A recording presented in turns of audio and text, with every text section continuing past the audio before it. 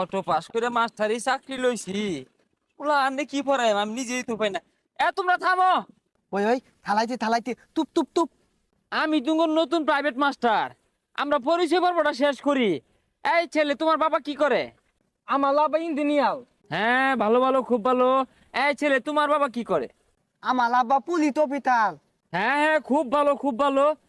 যাক, ভালাই হইছে। আমি তো অটো পাস মাস্টার, আমি তো কিছু জানি না। এই ইঞ্জিনিয়ারের পোলা আর পুলিশ অফিসারের পোলা যেটা কইব আমি লগে হ হ কইরা এগুলো পড়াই যায়। সালাম আলাইকুম করলেন না। আমগো আব্বা কি করলে? আমগো আব্বা না বলো দোকান আছে, বলো ব্যবসায়ী। থামো। তুমি তুমি কি জানো?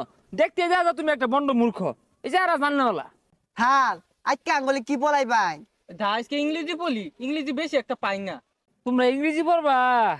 সব বনাস করে আসছে। পুলাহাংগুলো তো একেবারে মাইঙ্গের চিবাত ফালাই দিছে। আচ্ছা যাই হোক, এই ইঞ্জিনিয়ারের ছেলে, তুমি বলো তো স্ট্যান্ড আপ অর্থ কি? খালি তন্দাপত্র দালানো। কি হইলো এইটা?